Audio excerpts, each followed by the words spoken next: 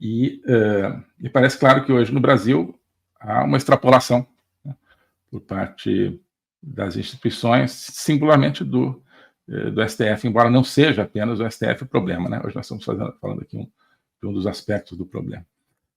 Existe uma extrapolação, né, por parte dessas instituições. Então, o poder instituído está se colocando como um poder absoluto, né, acima do poder instituinte e dos representantes desse poder instituinte. O que poderia acontecer, digamos assim, na geometria política, né, do ponto de vista abstrato?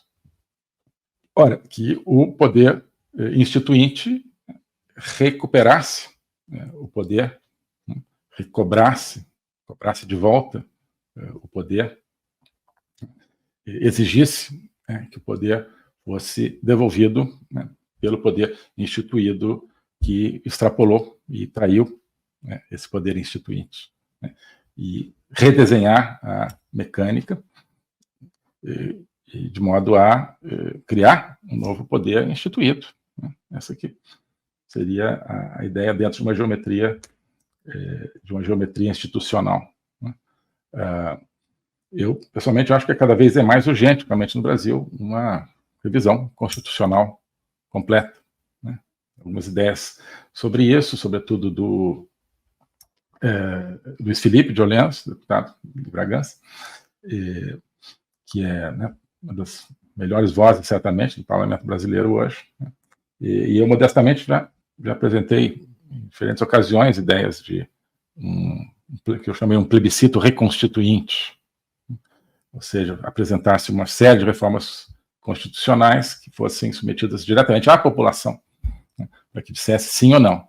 Não convocar uma Assembleia Constituinte porque ia votar uma Constituição igual ou pior que nós temos hoje, né, mas um plebiscito reconstituinte que criasse o voto distrital para você ter uma relação direta entre o representado, que é o povo, e o representante, que é o parlamentar, né, e várias limitações ao papel do STF, né, que fizessem com que o STF deixasse de trabalhar como um time, voltasse a trabalhar como um tribunal, certo?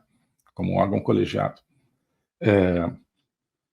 Mas me parece que essa um tipo de solução assim é a única solução que a gente pode vislumbrar no Brasil. É difícil, mas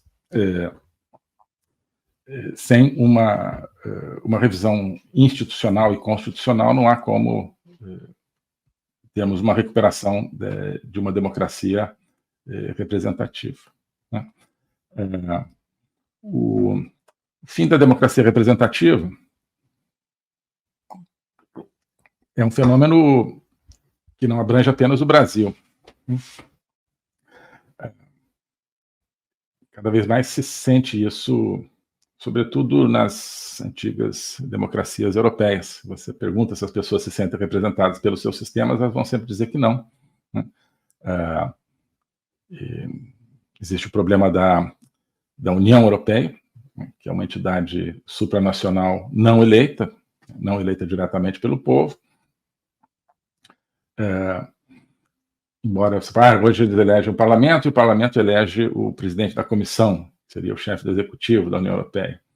Sim, mas existem, né, dezenas de instâncias de poder na União Europeia que não são eleitas nem direta nem indiretamente, né, pela população.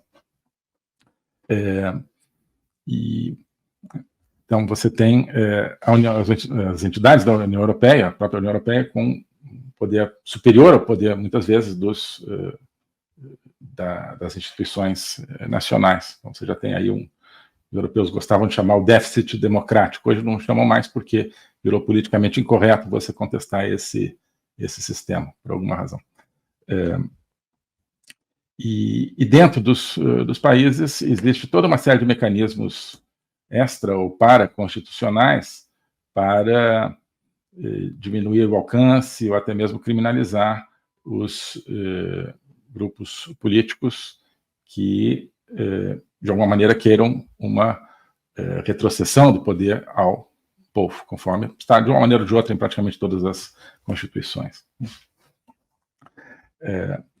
Então, há, digamos, uma entidade supranacional e várias entidades nacionais, correntes políticas, imprensa, existe uma espécie de consenso, né, contra qualquer devolução de poder à população.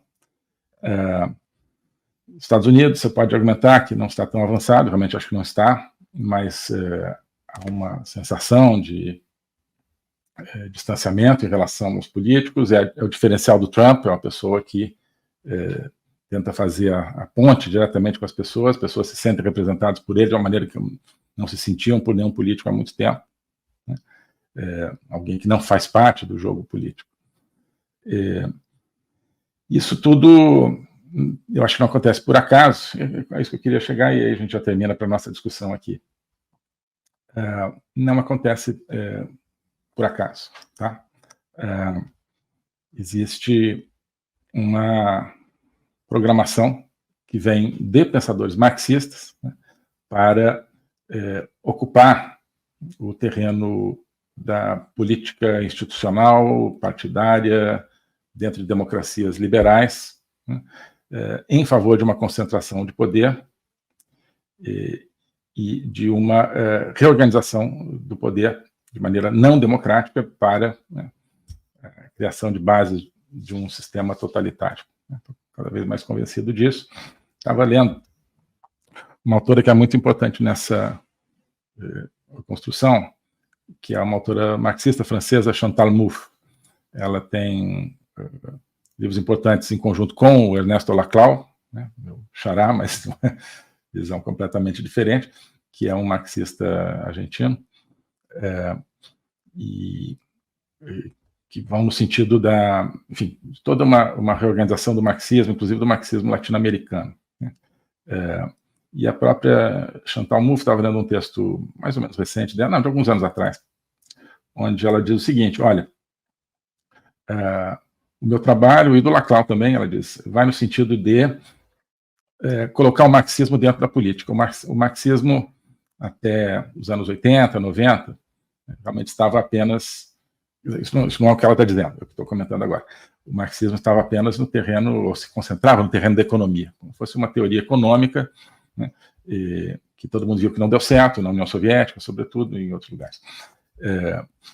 Mas, então, nos anos 90, o marxismo começa a se tornar outra coisa, ela diz, sobretudo com base nas ideias do Gramsci, aqui vem o gramscismo, com a ideia de que o marxismo precisa entrar dentro da política, né? Porque, então ele chamava a superestrutura, né, no jargão marxista original, né? Esse jargão marxista original que não esgota o pensamento marxista de jeito nenhum. A ideia de que você tem uma infraestrutura, que é a economia, que determina tudo, né? A cultura, a religião e, inclusive, a política, tudo determinado pela economia.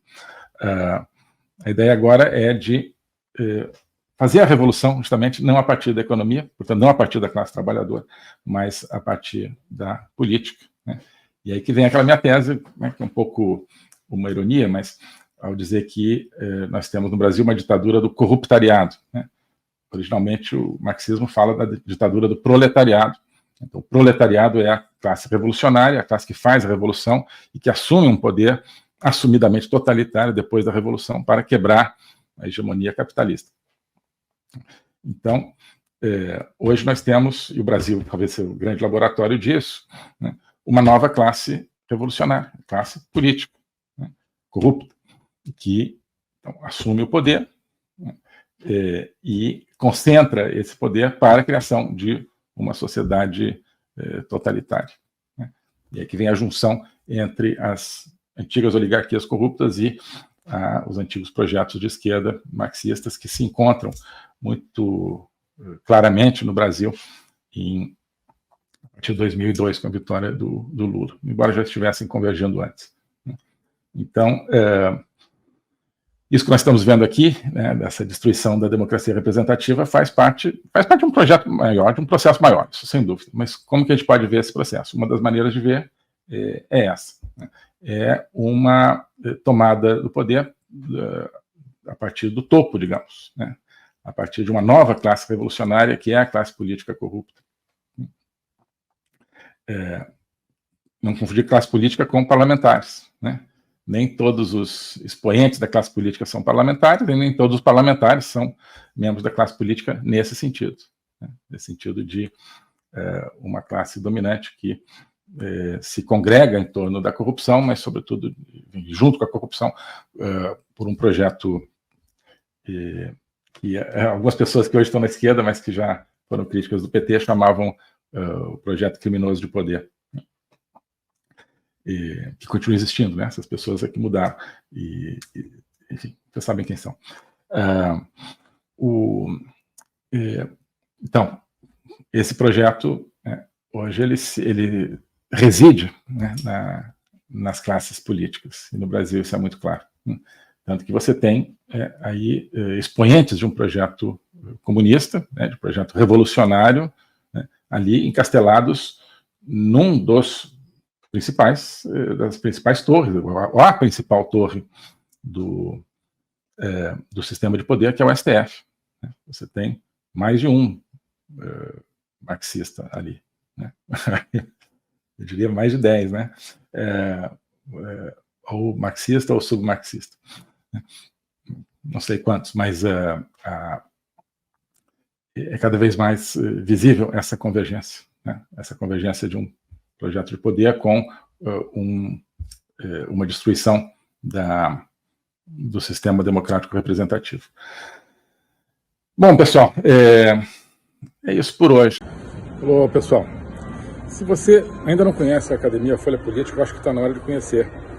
Nós estamos vendo essa imensa possível crise do sistema corrupto que governa o Brasil, com tudo que envolve aí o banimento do X, mas precisamos entender que isso faz parte de uma imensa luta, de um imenso combate mundial entre liberdade e totalitarismo, que envolve aspectos da China, da Rússia, guerra da Ucrânia, Oriente Médio, crime organizado, globalismo, Fórum Econômico Mundial, e precisa, para que nós a enfrentemos, precisa puxar lá de trás, das origens, das primeiras luzes da liberdade no conceito atual nosso, que vem dos gregos e vem também do cristianismo. Nós propomos tudo isso dentro da Academia Folha Política. Exame das atualidades, mas com uma explicação, uma inserção dessas atualidades, do desafio da liberdade hoje no Brasil, no mundo, dentro de toda a história, que é uma história fascinante, ao mesmo tempo é um drama do pensamento ocidental, que não é um pensamento abstrato, é o pensamento da consecução da liberdade. Tudo isso nós vemos na Academia Folha Política, mas também vemos os temas da história, Brasil, mundo, Revolução Francesa, por exemplo, estamos vendo agora, como espelho e ilustração para aquilo que nós precisamos entender hoje na nossa realidade no Brasil, no mundo. Então, eu queria deixar um convite para você conhecer a Academia Folha Política, onde nós fazemos uma jornada por todo esse espectro, onde nós aprofundamos nosso conhecimento, nossa reflexão, onde nós desenvolvemos, cada um de nós, nosso próprio caminho de atuação diante dessa realidade. A Academia Folha Política você pode assinar por apenas R$40 por mês, na mensalidade, ou por R$420 a anuidade. As duas opções te dão acesso a todo o material que já está lá, centenas de horas de aulas, de lives, e 2 programas novos a cada semana, Agenda 2030 e o curso de Logopolítica, tá certo? Além de outros materiais que já estão lá e outros que irão sendo inseridos. Então, R$40 por mês ou R$420 por ano te dão acesso a todo esse material. Se interessar, e eu acho que tem tudo a ver com o nosso momento, é só clicar aqui no link, na descrição, para fazer parte desse projeto. Um abraço. Oi, pessoal. Hoje eu queria convidar você, cada um de vocês, para fazer parte de um projeto, que é a Academia Folha Política.